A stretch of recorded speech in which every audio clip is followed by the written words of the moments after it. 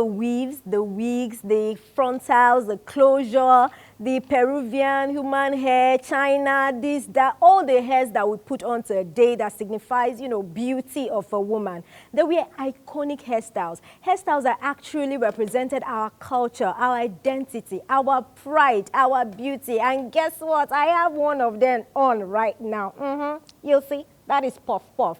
Anyways, welcome to Wakaati Rewind Iconic Hairstyles Edition, where I'll take you back to those good old days. So stick around, don't go nowhere, and I'll be right back.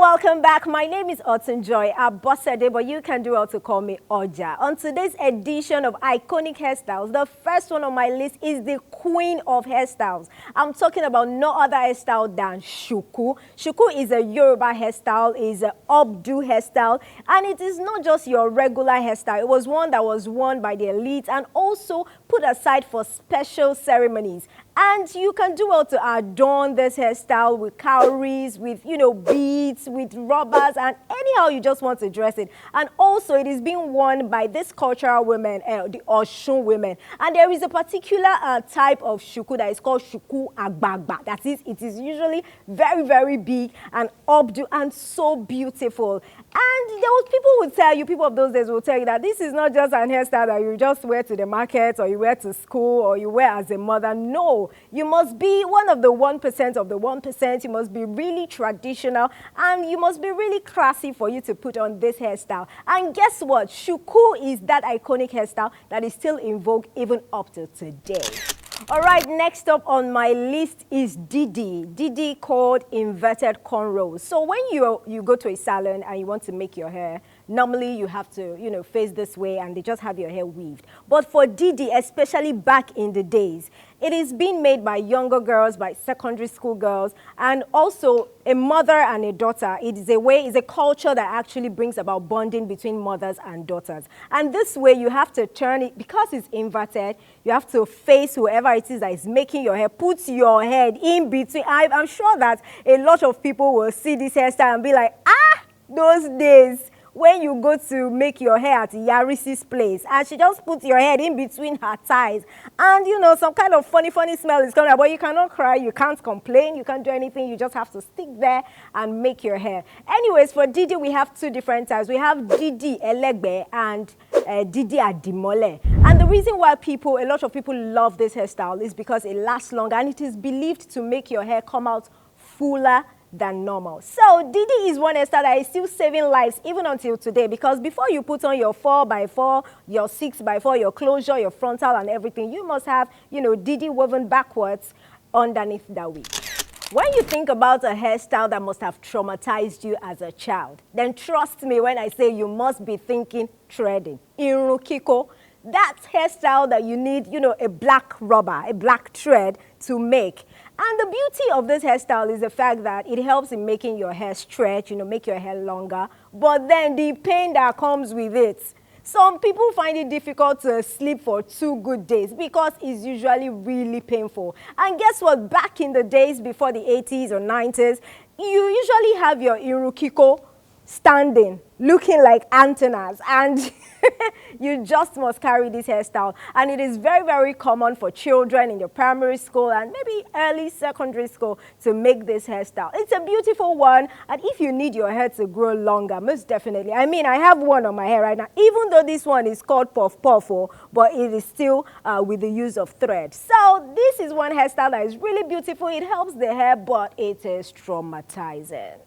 There was a time where a lot of ladies would love to have the kind of hair that the Fulanis have, because they are able to actually make their hair into different styles, because their hairs are usually really long and full. Anyways, that brings us to the Fulani braids. This Fulani braids is from the northern part of Nigeria, the Fulani part of the northern part of Nigeria. And this hair is not just a regular hair. It is one that talks about age, the status, even marital readiness of the Fulani ladies.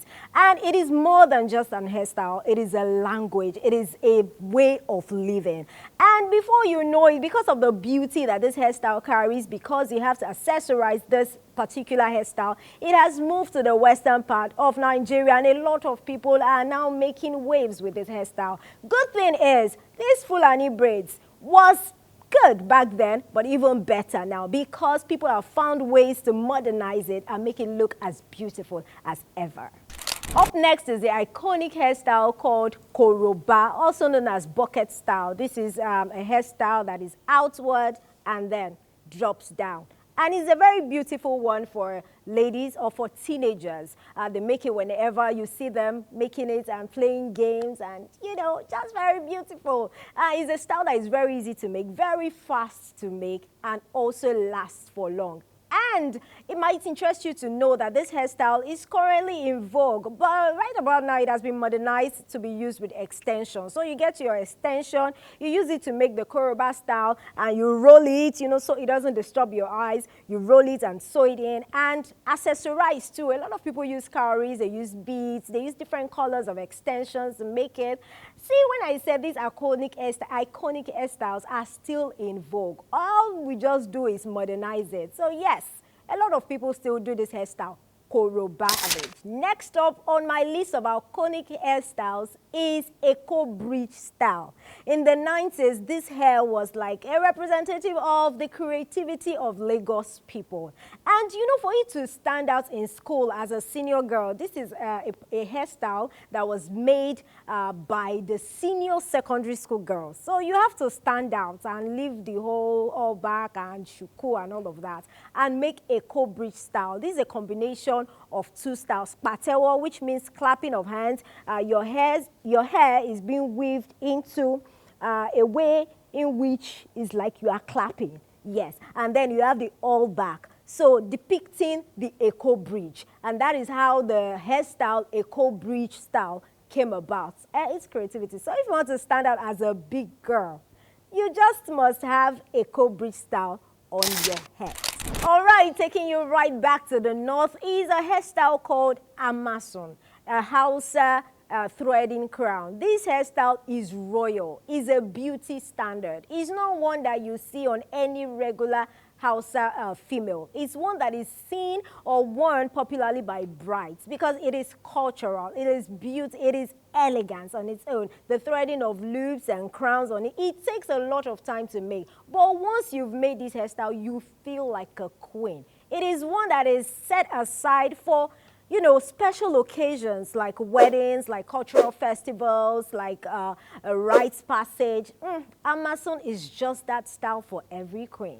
The post-independence era of Nigeria saw a new wave, and that is the Afro, where people were no longer afraid to show themselves the way they are. This particular hairstyle depicts freedom, where people carry their hair just the way they are, unashamed. You know, and the Gen Zs of today still carry that, and they call it natural hair, where you don't have to add any form of chemical, talking about relaxers or this. Everything is natural. You just make your hair grow out naturally, and you maintain it with natural oils. We're just washing it with mild soap and just keeping it at that. And that era till now saw the Afro, the natural Afro, or the Afro pop. Like what I'm carrying is also Afro pop because it's my natural hair, no addictive, no chemicals, nothing. Once I take off this thread, you just see my hair, boom, in all its glory. It is being regarded as the crown of the African woman.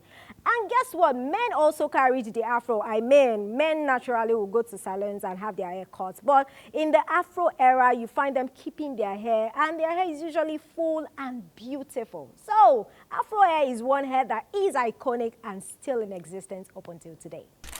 So in pre-colonial Igbo land, there was nothing like braided hairs.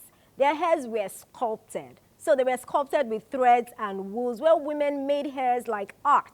It was basically art, where they use wools and thread to make, mimic animals, mimic horns, mimic any form of, you know, sculpted works at all. So imagine you sculpting like a chair, maybe the head of someone you admire on your head using wools and thread. That was how iconic this hairstyle is. The hairstyle called Uku in Igbo land. And this hairstyle is one that is really painful and takes a lot of time to make, to the extent that females find themselves sitting to sleep so that the hair will not scatter, because after spending a lot of time to make this artistic hair, this well-sculpted hair, and then you slip off just like that carelessly and the hair gets scattered. You don't go like I'm now, you don't go funny at all. But that is the beauty of cultural iconic hairstyle.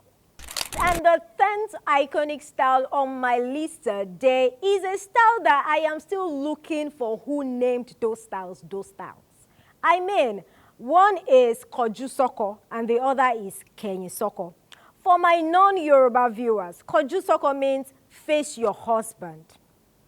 Kenyi Soko means back your husband, like turn your back to your husband. Now, I want to believe, I don't know why these styles were named, you know, these peculiar names, but I want to believe that it is when the marriage is sweet.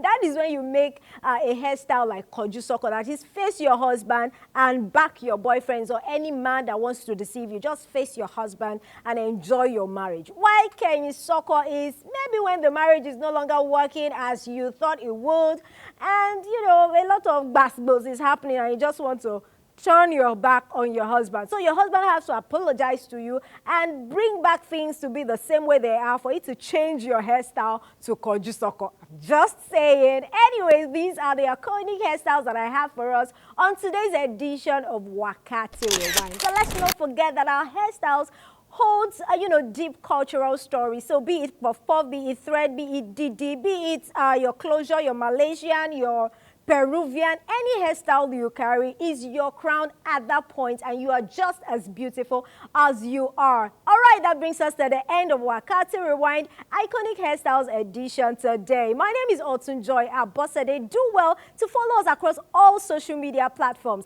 Wakaati Television, Wakaati Entertainment. Till I come your way some other time, love yourself.